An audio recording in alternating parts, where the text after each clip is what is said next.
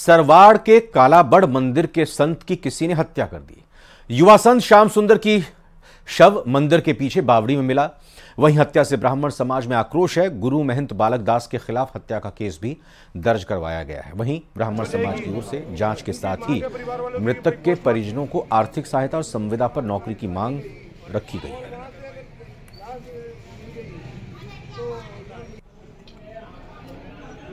मांग है कि मेडिकल जूरिस्ट सहित मेडिकल एक बोर्ड बने और उसकी निष्पक्ष पोस्टमार्टम होके और जांच हो।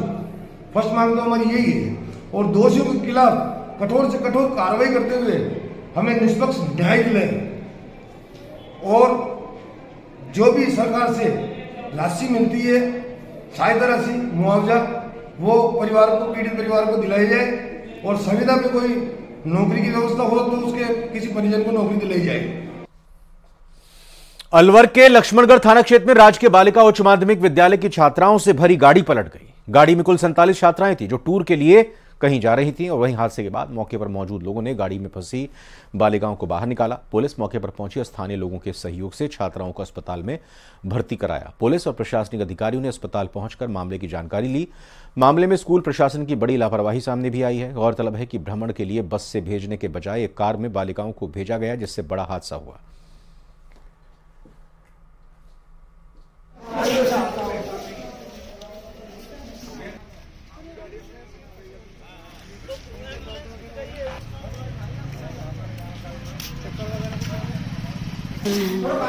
फालतू लोग बाहर निकलो।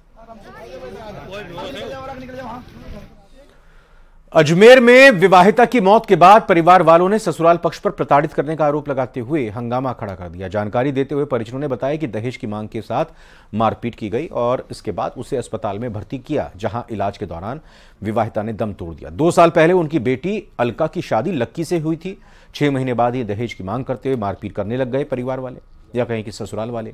कई बार समझाने के बावजूद भी नहीं माने। वहीं दहेज के लिए प्रताड़ित करने का मामला दर्ज कराया गया है। साथ ही पुलिस ने मामला दर्ज कर जांच शुरू कर दी है। 2 साल पहले की थी हमने शादी गांव नदी सराधना नदी फर्स्ट में। उसके 6 महीने बाद में उसने दहेज के लिए वो मांग करने लगे, मारपीट करने लगे लड़की के साथ। उसने 4 या 5 दिन तक मारपीट 4-5 बार मारपीट की थी। हमने समझो कि उसको छोड़ दिया था कि वह सुधर जाएंगे। फिर हमने हमारी घरवाली ने भी उनको बहुत समझाया 6 महीने तक, तो उनकी भी डेड होगी।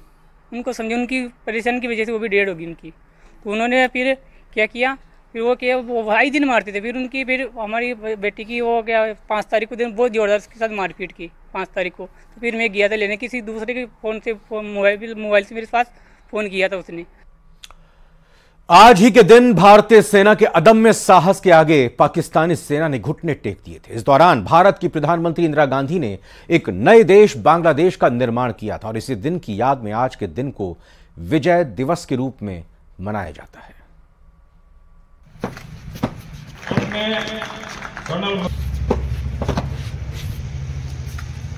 डिडवाना जिले में 1971 भारत पाक युद्ध में शहीद हुए जवानों को श्रद्धांजलि अर्पित की गई। जिला सैनिक कल्याण कार्यालय में विजय दिवस का कार्यक्रम आयोजित किया गया। कार्यक्रम में डिडवाना जिले के जिला कलेक्टर सीताराम जाट, सैन्य अधिकारी मौजूद रहे। सभी अधिकारियों ने शहीदों को पुष्पांजलि अर्पित कर उन्हें नमन किया। साथ ही शहीदों की वीरांगनाओं को भी शॉल ओढ़ाकर सम्मानित किया गया। जिला कलेक्टर सीताराम जाट ने कहा कि 1971 भारत पाक युद्ध अपने आप में दुनिया का एक सबसे बड़ा युद्ध था, जिसमें हमारे कई सैनिकों ने अपने देश की खातिर प्राण न्यौछावर किए। हम आने वाली पीढ़ी को ये संदेश देना चाहते हैं कि देशभक्ति का जो ये जज्बा है, ये हमारे अंदर कायम रहना चाहिए और हम सभी का पहला लक्ष्य देश की सुरक्षा, देश की सेवा होनी चाहिए। वहीं आगे कर्नल राजेंद्र सिंह ने कहा कि भारत पाक 1971 युद्ध की एक ऐतिहासिक विजय थी, जिसका आज भी विश्व में नाम है। जिस युद्ध में दुश्मन देश के 93,000 सैनिकों ने आत्मसमर्पण किया है, इसको सबसे बड़ा सरेंडर माना जाता है और इस युद्ध में हमारे डिडवाना जिले के सैनिक भी पीछे नहीं रहे। सभी सैनिकों ने दुश्मन को अपनी ताकत का एहसास कराया। इस युद्ध में डिडवाना के 27 सैनिक शहीद हुए थे। उन शहीदों की याद में विजय दिवस मनाया जाता है।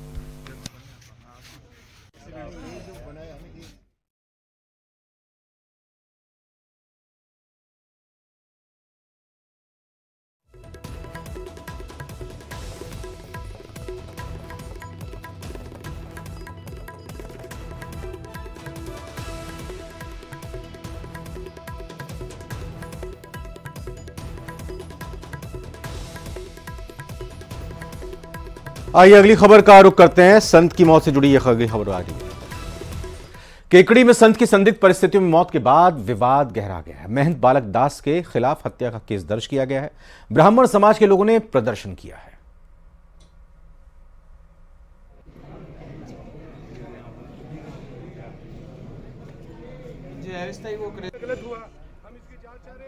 तो अजमेर के केकड़ी में संत की संदिग्ध परिस्थिति में जिस तरह से मौत हुई, उसके बाद विवाद खड़ा हो गया है। महंत बालक दास के खिलाफ हत्या का केस दर्ज किया गया है। ब्राह्मण समाज के लोगों ने खूब प्रदर्शन किया।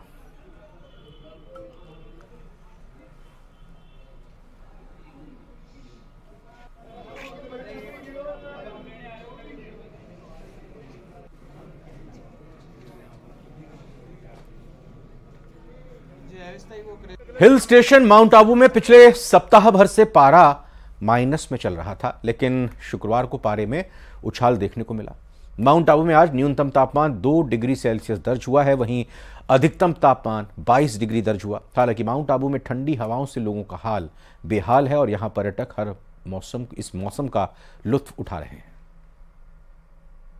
माउंट आबू में 4 दिन के बाद मौसम में थोड़े बदलाव देखने को मिले हैं। जहां एक तरफ तापमान -, डिग्री में पहुंच गया, तो वहीं आज का तापमान में 1 डिग्री दर्ज किया गया है। गुरु शिखर के मैदानी इलाकों में ओस की बूंदें बर्फ में तब्दील होती हुई नजर आ रही है। ठंड से बचने के लिए लोग अलाव का सहारा ले रही हैं।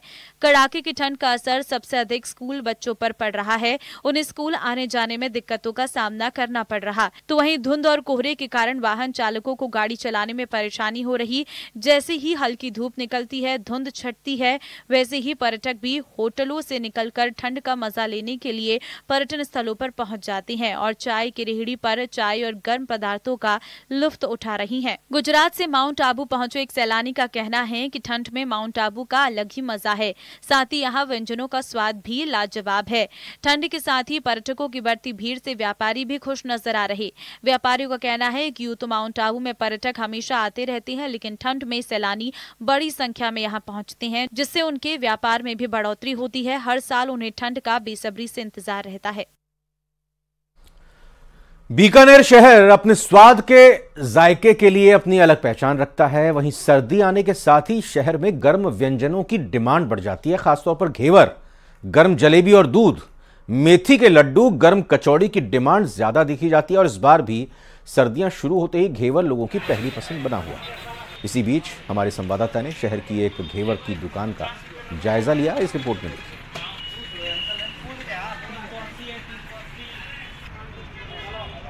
बीकानेर वैसे भी खाने पीने का शहर है, लेकिन सर्दियों की अगर बात करें तो सर्दियों में यहाँ पर गर्मा गर्म कचौड़ी और उसके साथ जो घेवर है और जो अन्य जो मिठाइयाँ हैं गर्मा गर्म, वो खाने का चलन कुछ ज्यादा ही। आप देख पा रहे हैं कि मेरे ठीक पीछे जो ये दूध के घेवर तैयार किए जा रहे हैं, ये केवल मात्र सर्दियों में ही तैयार किए जाते हैं और सर्दियों में लोग जो हैं वो विशेष चाव के साथ इन घेवर को खाते हैं।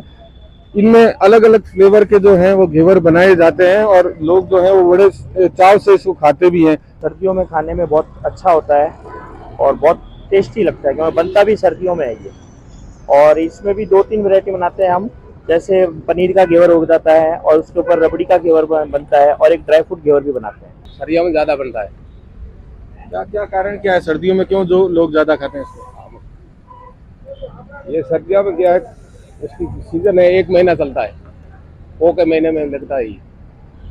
भले आप कचौड़ी लो, समोसा ले लो। ठंड को देखते हुए डिमांड तो ज्यादा होगी। डिमांड वैसे बढ़ती है सर, बाकी गर्मी में भी इतना ही चलता है ये, वो बात नहीं। बाकी घेवर है जो ये मेनली सर्दियों के अंदर ज्यादा चलता है और मौसम के हिसाब से वो चलता है, क्योंकि सर्दी में लोग ज्यादा घेवर, पीनी हो गया, दूध के साथ घेवर हो गया, मलाई घेवर हो गया और संक्रांति तक इसका प्रचलन रहता है। इससे फायदा भी होता है क्या लोगों को? फायदा तो अब कुछ बोलते नहीं सकते, पर टेस्ट के हिसाब से बहुत अच्छा रहता है वो सब खाने में। तो देखिए, निश्चित रूप से जो सर्दी में जो खाने वाली मिठाइयाँ हैं उनका स्वाद भी बीकानेर में कुछ अलग ही हटके है। इसी कारण से जो लोग हैं वो दूध के साथ गरम जलेबी और चीनी के साथ घेवर खाना पसंद करते हैं, जिसके चलते बीकानेर में इन दिनों इन मिठाइयों की दुकानों में भी काफी डिमांड देखी जा रही है। बीकानेर से न्यूज़ 18 के लिए विक्रम जागरवाल।